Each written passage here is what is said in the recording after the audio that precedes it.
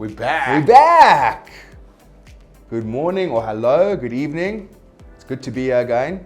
We are doing things slightly differently today. We have focused a lot on gents pieces, technicalities, models, brands, collections. Today we are Gifts. All about gifting. It's a gifting time of season. And let's be honest, there's no one better that you need to buy gifts for besides the ladies in your life. oh, the boss, the CEO. The big boss, the real person that wears the pants. So we've obviously got a bunch of watches that we're going to run through.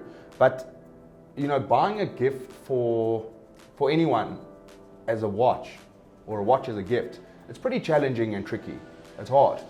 It's seriously tough, right? It really is. And unless obviously you've been given exact brief and so on, but more than likely, especially you know how it is, the boss likes to play her cards close to home, you know, so she doesn't exactly expose her hand and tell you exactly what she wants.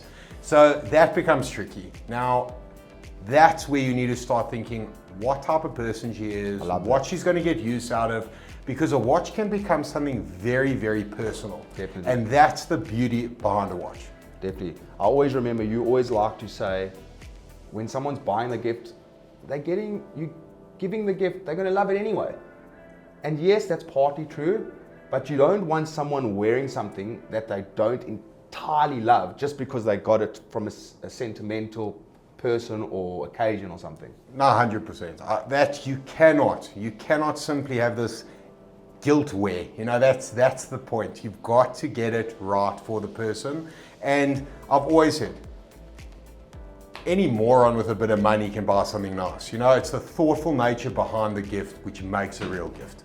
What kind of questions would you ask yourself if you were buying a gift for someone? A watch for someone as a gift?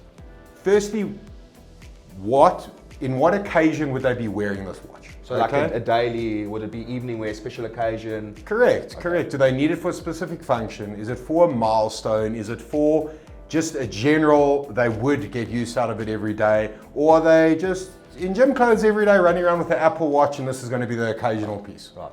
And then in terms of their attire and the things they like to wear? Of course. I mean, personality echoes through watches and shoes. I mean, we've always been through that. Are you writing that down? Personality echoes. I don't even know. Where's the speech card? It must be coming from somewhere. Hey, all just comes out. You know how it goes. Okay. And everyone always says, you know a lot about a person when you meet them about their watches and their shoes. Now, that's, again, goes with the same sentiment here, is that if you see someone that's sporty and casual, you must stick to the theme. Don't go buy them a two-tone Rolex and expect them to enjoy the piece, you know? They may on the odd occasion, but they're not going to love it as much as something that probably gets seriously used out of. Now the big question, and this is a conundrum that a lot of people struggle to come to terms with. Buying a watch that is pre-owned as a gift. It's a huge stigma, okay? It really does, because you feel like, you've schnooped out and you're not quite giving what you should be giving, and it's got that, it almost downplays the gift in a way. However, how I've come to terms with it, okay, in terms of gifting and that, because let's be honest, I felt the same way. But just as you buy a demo car or a pre-owned car or a pre-owned house, you don't realize your house is pre-owned. It's the exact same thing. It doesn't mean it's any less. However, the beautiful thing about watches is, let's say you had whatever budget in mind. If you were going new, you're not getting anywhere near the level of the piece. And I'd much rather have a pre-owned Ferrari than a brand new 3 Series. And I think the big thing, like you say, with going with a marquee exclusive luxury product, like a pre-owned Swiss watch, these watches will far outlive any of us, you know? Definitely. And if you go buy something a little bit cheaper, nothing against Daniel Wellington and Tissot and these lovely things, but you're going to do well to get 5-6 years out of these pieces. Yeah, with much love and a hope and a prayer, God willing, you'll get such a thing, right? All right, so we brought out a few examples. You know, I want to start off with the staple. You'll hear about it a lot from us, Tag Heuer. I mean, these things are full, indestructible. They last forever. Majority of the time, Tag just, you know, they do quartz movements for their ladies' pieces. And I've actually found, funnily enough, they're quite timeless. I brought out an older Aqua Racer, which is, you know, this little girl is probably about 15 years old, mother of pearl, stainless steel, classic. And I brought out their new, more modern age, and you can see how they've changed over time. Obviously this is bigger and it's blue and some slight differences, but the design has slowly transformed over the years, but it doesn't necessarily make it better or more appealing. I don't know, what do you think? I completely agree, and you can see what so nice is, correct brands, they do an evolution of style. I love so that. it's not this change and adapting. Why? Because if the wheel's not broke, you don't fix it, you know? So you carry on, minor tweaks, little upgrades. 100%. And the beautiful thing about that, also from the pre-owned side, is that, yes, you may have watched it 15 years old, but it doesn't look anywhere near as old as a 2022, 2023, 2024, because they echo the same sentiment. I got you. And yeah, I mean, these tag Heuers, I mean, I sell them by the dozen. These little ladies Aqua Racers, we used to have so many, and they just got... No, also when it becomes Christmas time, good night. 100%. You empty the shelf, right?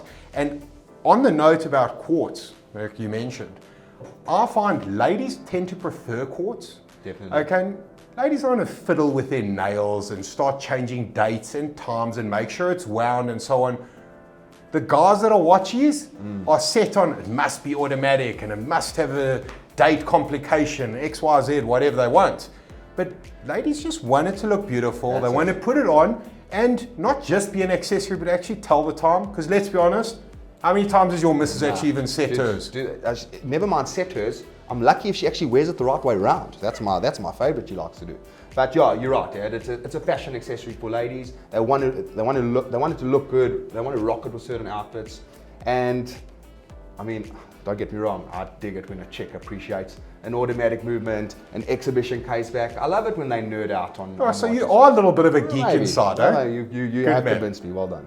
So the next brand I want to just look at is Mont Blanc. I mean, they're actually doing some really nice stuff, especially in the female watch space. You know, here's an example of what we kind of just mentioned. You know, it's a beautiful mother of pearl dial with diamonds on the dial. So the look, the style, leather band. But what have they done? Automatic movement, exhibition case back. They've gone and shown off their ability as well as watchmakers. And we always love that. I mean, that's standard watchy attraction. You know, it really, really is. Anything that's a little bit more than the usual is always something we're going to find appealing. And I completely agree. Montblanc's been making beautiful pieces. And on that note, there is possibly no better watch in terms of value to buy on the pre-owned market than Montblanc. Definitely. Another brand also, great value from a pre-owned perspective, Breitling. I love these new Super Oceans that they do for chicks. I mean, this is as sporty as you get. I mean, this is a white one, but what other they do it in a Tiffany? There's pretty much all the ensembles of color. I mean, they've almost ticked every color of the rainbow, how they've gone. You know, it started with obviously the endurances and so on, and they've just gone a little bit mad with color, which I actually really like. It's always nice to have a pop. I love the white. I really, really do, because it's clean, it goes with absolutely everything, and we touched on outfits. It works for almost anything. I mean, and again, sporty, but not masculine. Yeah. You know? I mean, listen, we've had a lot of ladies buying big gents pieces, and they look great, they work well, but again, it's personal taste. 100%. Then my go-to brand when it comes to females, I mean, I just feel it is so timeless. You know, you roll back the years, you sell these watches that are 20, 30. I've got one that's probably close on 40 years old, and it still does the same job. It is vintage couture. Am I saying it correctly? Well done. To the T. It is Cartier. How do I pronounce it? Cartier. No, I don't know. Jeez, I can't do that correctly either. Cartier. Let's just be South African, yeah. So this is exactly what I'm saying. I mean, look at this thing. This says it's had a good life. But I mean, that is so timeless. Absolutely stunning. And what's so nice about the Cartier range, it's about classic vintage 100%. watch look and feel in general, okay? Obviously Santos Dumont, whatever, they come out with their newer variations at some point, but you've seen as well as I have. If you look at a tank, for example, that's 20 years old versus the modern one, there's little to no Tiny, difference between them. 100%. They do the half a millimeter change Yes. in lug, and like it's minimal. But Classic magic. Cartier. And the Roman numerals, I mean, that's just signature Cartier as well. And again, I know we've gone on about it a few times, but value's insane. Insane. And there you're getting, I believe most women would put Cartier in like a higher level of Definitely. caliber. And well, it is. Definitely. But it really takes it to another level. Definitely. And I just found like there's just something about it in terms of, you know, you've obviously got the Ballon Bleu, which it's probably the most popular. By miles, I reckon. And then you get the tank in all different variations and sizes, but they're not afraid to mix it up and do things different. You know, you and I were chatting earlier, and we were like actually trying to just decipher what this is, because it's got a look of a Ballon Bleu, but meanwhile it's just littered in diamonds. And I love their signature little diamond there. And what do they always do here?